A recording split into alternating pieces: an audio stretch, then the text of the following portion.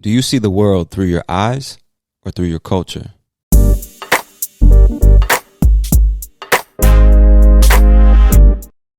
Do you see the world through your eyes or through your culture? This is a question that I've thought about from time to time whenever I had an interaction with someone from another country. I've talked to people from every continent, from various walks of life, and a lot of those people had these preconceived ideas of what the U.S. is like, what Americans are like, and what we think and believe.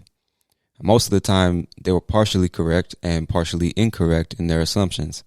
But that's always the case when you're making general statements about hundreds of millions of people, right? And that's true for every country, I suppose. We have reputations that we've created for ourselves and reputations that other people have given us as well. But none of them ever tell the whole story, though. And we as humans have this tendency to look for patterns and then make generalizations about everyone and everything based on those patterns. Although this helps us save time when trying to find the answers to our questions or come to conclusions, it doesn't mean that we will always find the right answers to our questions or come to the right conclusions. Most of the time, the generalizations we make are based on observations that were made without context, which only increases the chances that our generalizations will be inaccurate. Maybe I'm not making a lot of sense here, so let me give you an example. People from Latin America have a reputation for being very warm and friendly people. The people seem happier and enjoy life more in Latin American countries. It's easier to make friends in a Latin American country. Or at least, that's what they say. Now, I've talked to hundreds of people from Latin America, and most of them have told me the same thing. Americans are so much colder than we are. You Americans are so serious all the time. Now, although I think that's a question of opinion, I still think there may be some truth to that, depending on the situation. But there are a few problems here. Number one, not all Americans are the same. We have to acknowledge the fact that the U.S. is a gigantic country. There are over 300 million people in this country. Now, within that group of 300 million, there are many subgroups. Black people, white people, Africans, Latinos, Asians, Europeans.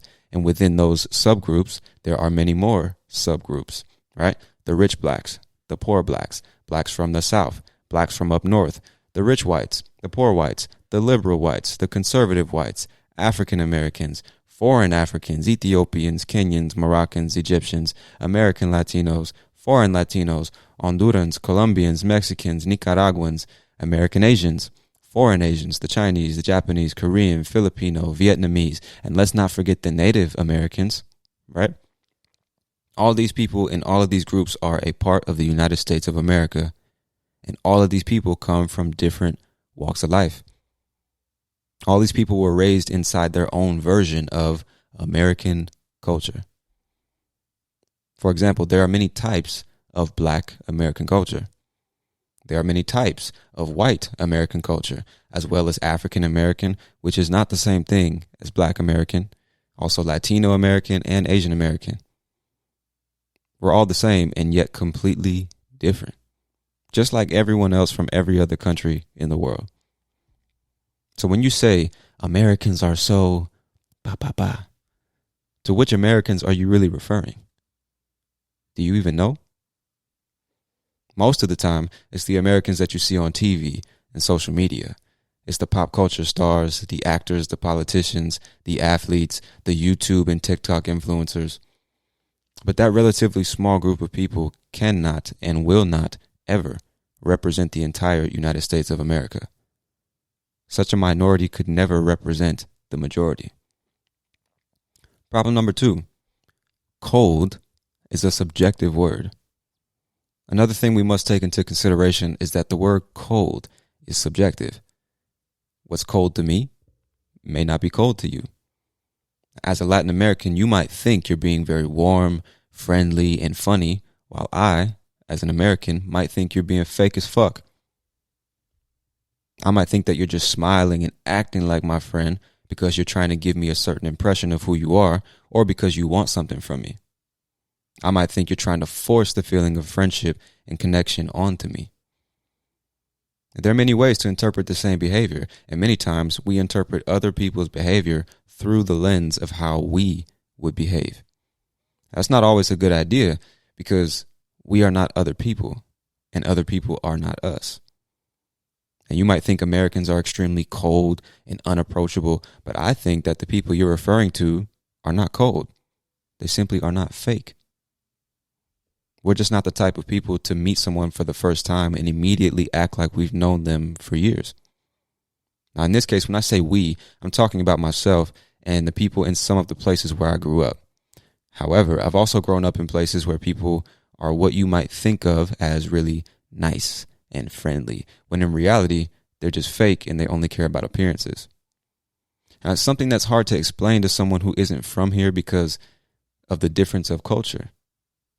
Just like in your country or state or city, I'm sure that you're aware of cultural behaviors that I would never notice as a foreigner because I'd be seeing your world through the lens of my culture. That's just the way it is. And when I say culture, I'm really talking about my history as a human being, like all of my life experiences. Those are the things that create and mold my perspective. Another example of people who have a reputation for being cold is Russian people.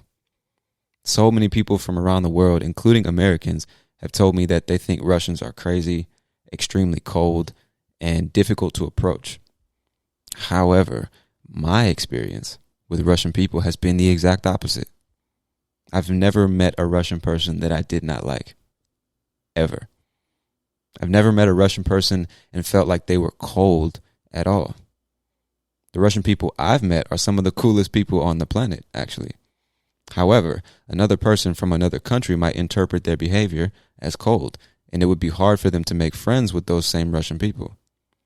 So I think part of your interactions with people depends on how you perceive the people. If you enter the situation with preconceived notions about who these people are, it will inevitably have some effect on the way you interpret their actions and the way you treat them.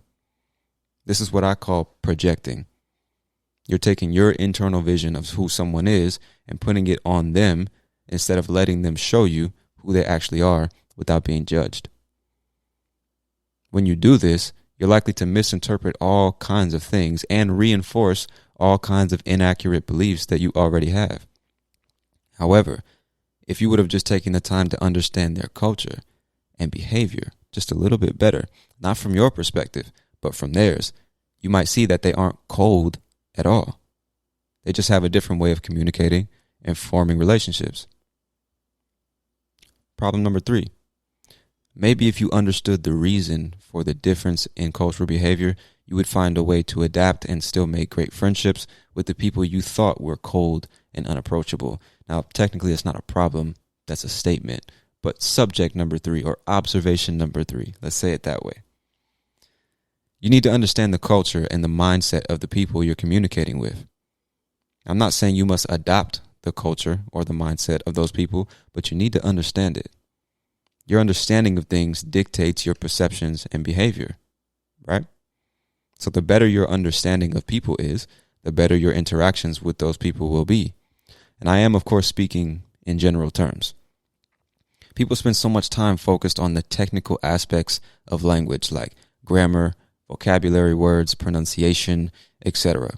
Now, of course, those things are really important when you're trying to learn a language. However, it seems to me that a lot of people don't understand that it's culture that dictates how the language is used. So if you want to sound like a native or make friends with natives, work with natives, you must understand how their culture influences their communication style. You don't have to change who you are just to make friends or be understood, but being able to adapt your communication style to the current situation is a very valuable skill to have.